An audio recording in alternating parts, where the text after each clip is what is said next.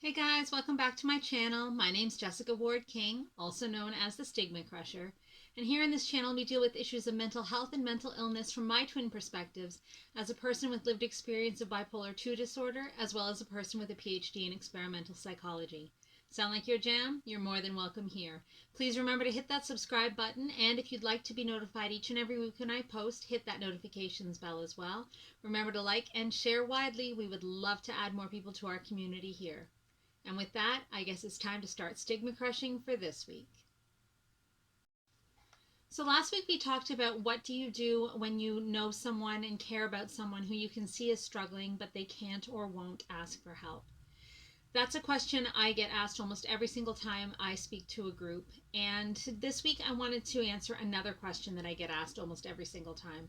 And that is, how do you talk to your boss or your manager about your mental health?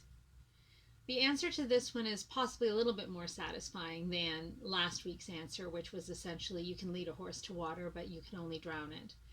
And the answer to this one is build a relationship with your manager or your supervisor or your boss, whatever you call them, whoever it is that has some authority over you and gets to grant whether you take leave or not, that gets to decide what your schedule looks like or gets to decide what kind of work that you get to do, whoever that person is for you.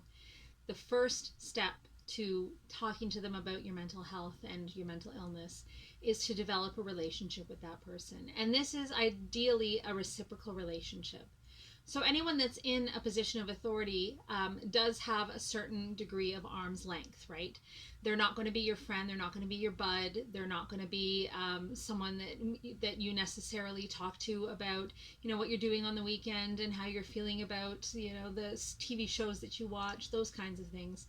But they should be someone with whom you can talk about real life subjects and who, to a certain extent, can share some of their life experience with you as well. And so the ideal, in my mind anyway, the ideal relationship with a supervisor or boss is one where you can say, maybe your family is struggling or your child is struggling or you yourself are struggling. And your boss can say, yeah, I've had that situation as well, or I have that situation now. Now, this isn't going to be all relationships. I don't live in some kind of fantasy world where everybody has a great relationship with their boss or their supervisor and, everybody can talk about these things freely. That's simply not the case. When you're me and you're all over the internet talking about your mental health, my supervisor knows. They always know. Before I even get there at this point, they know that I struggle with my mental health, that I struggle with severe mental illness. And if anyone's paying attention, it would be very easy for them to find out that I'm struggling even now. And so I've actually just started a new position, and going into this position, I'm aware that my manager knows about my struggles. And that's a good thing because I don't have to broach the subject. There was a time in my career when every single time I got a new manager, I got butterflies in my stomach wondering is this going to be the time that I have the conversation and the stigma is going to halt my career or derail me. Is this going to be the time that I talk to my manager and my manager is not going to be empathetic, that they're not going to know what to do?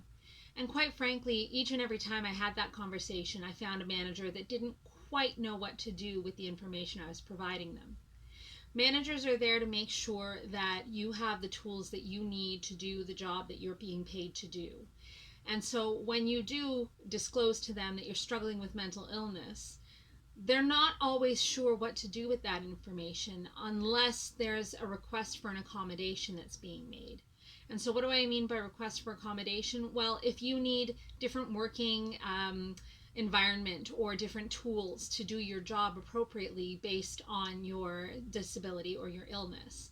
And so for me, for example, I had one time to request an accommodation because during a hypomanic phase, I could actually hear voices behind me. And I knew they weren't there, so I still call this hypomania, not full-blown mania, but I could hear them nonetheless. And so I asked to have my desk turned or changed. I actually had to change desks altogether so that there was a wall behind me and not other people, because when there were other people behind me, I kept thinking, someone's talking to me from behind me, someone's talking about me behind me, whatever the case was. And so with a wall behind me, I was much more able to concentrate and much more able to do my work. And so when I disclosed that to my boss knew what to do with it. They knew that what I was asking for was an accommodation so I could do my work appropriately.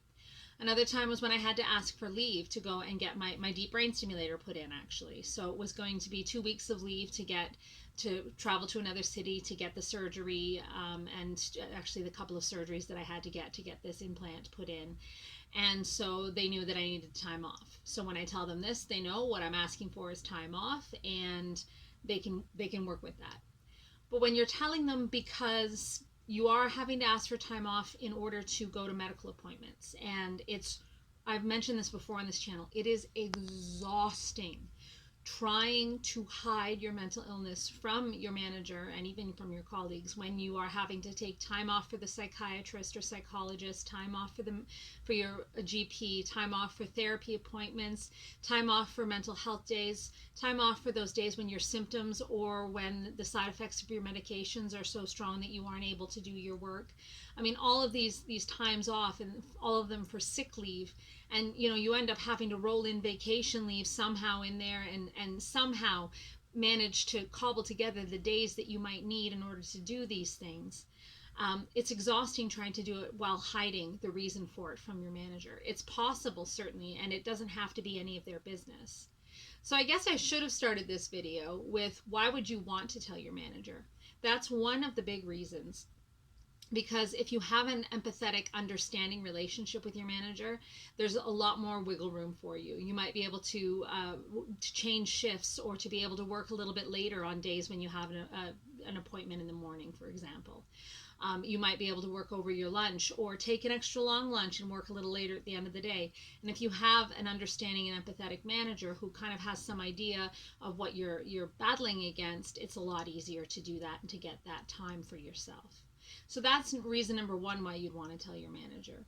Reason number two why you'd want to tell your manager is, if it's looking like you are going to need an accommodation, letting your manager know as early as you can is really helpful for them, because then they can start to plan for whatever accommodation you might need. It takes time to get these accommodations put in place. And so even if it's an informal accommodation, it'll take time for them to be able to juggle things around and make it so that it's possible for you to do what you need to do for your mental health. The ultimate goal of any organization should be to have workers who have good health, and that's mental and physical health. And so they should be able to do anything that would enable the workers to continue to deliver on the projects and work that they're supposed to deliver on, but also keep their own mental and physical health good, healthy, and ongoing, and being able to be sustainable. That should be the goal of any organization and of any manager as well. So letting your manager in on the things that ail you, it can be helpful in getting them to that place where they're able to do that for you and with you. It's got to be a partnership, working together, to make sure that you have what you need in order to be able to stay healthy and do your work to the best of your ability. And so being able to share with your manager what it is that you are going through and what it is that you might need can really, really help them help you. Now, so those are the reasons why. So how do we actually do it? I started out by saying build the relationship. So it may be that you're comfortable enough to go in there on the first day, sit down with your manager at a bilat and say, hey, I struggle with my mental health. I have XYZ disorder. These are the things that I look for when I'm not well. These are the things that have helped me in the past stay well or get well. Here's where I'm at right now. You may be that person. I'm that person now. I wasn't always, but I am now. But that's not for everyone. And so what you might want to do is start developing just the regular relationship. Talk about your kids. Do you have things in common? Did you live in the same city? Did you, do you both like the same sports teams? Or just those basic relationship-based questions that you might have of your manager. And once you're comfortable with those kinds of things, start mentioning things about the struggles that you've been having. Perhaps they're pretty benign struggles. Your son or daughter is having a rough time at school, or your partner is looking for a new job and it's stressful on the family. And if you see that those things are being taken well, then you can proceed into more personal issues like your health, your mental health, struggles that you yourself are having. An ideal situation with any supervisor or manager is that you can progress to those questions very quickly and with very little relationship building. But any good relationship should be reciprocal, as I started out saying. So you should have a manager that's able to also share with you as just another human, to be able to build a relationship that's two-sided. So that's what I mean by reciprocal. It's two-sided. Is you're able to share and they're able to share a little bit, and you're able to see each other as actual humans.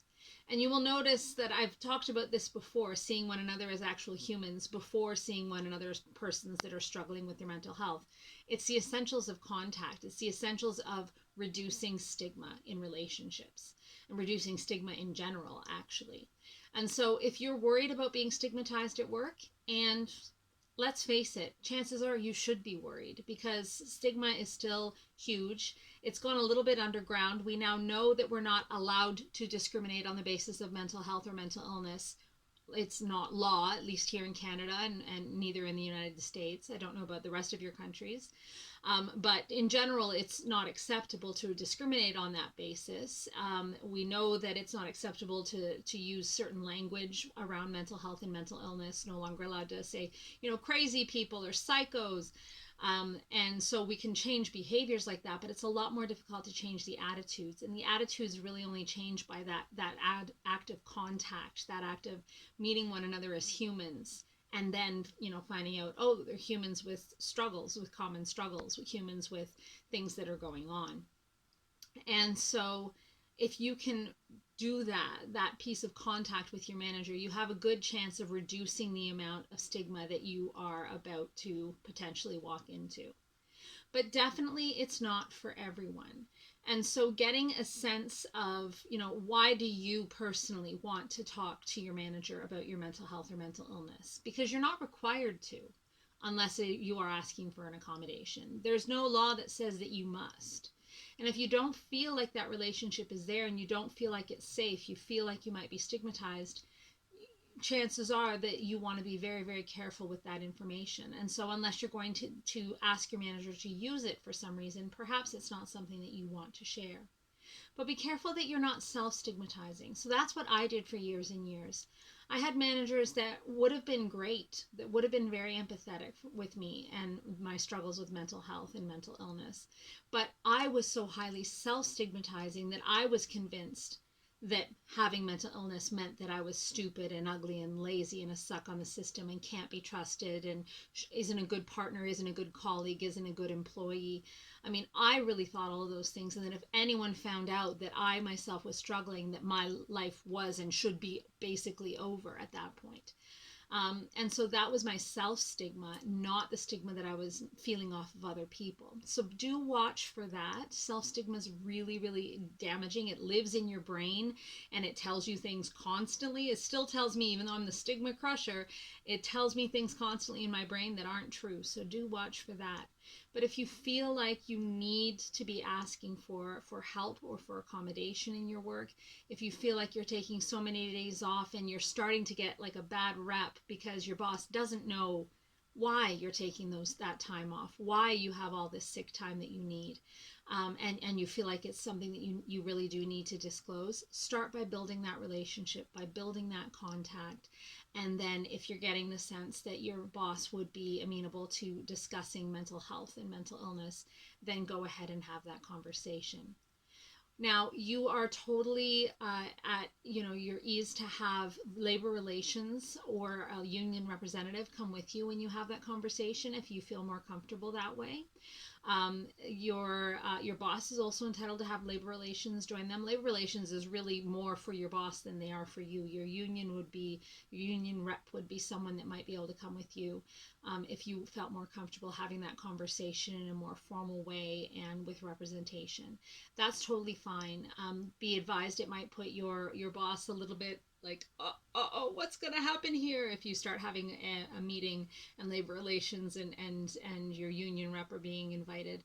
But that's okay. They're big people. They're big girls and boys. They can deal with that.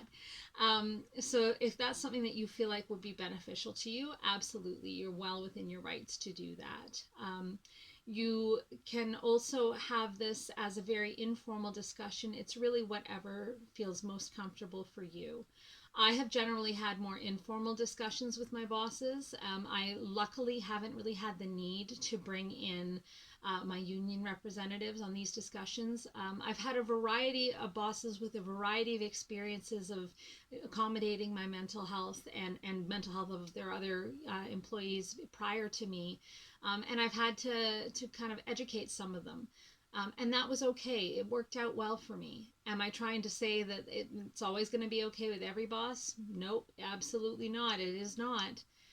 In an ideal world, I would say, well, if your boss is one of those that can't be empathetic and can't understand, is it a boss you want to work for?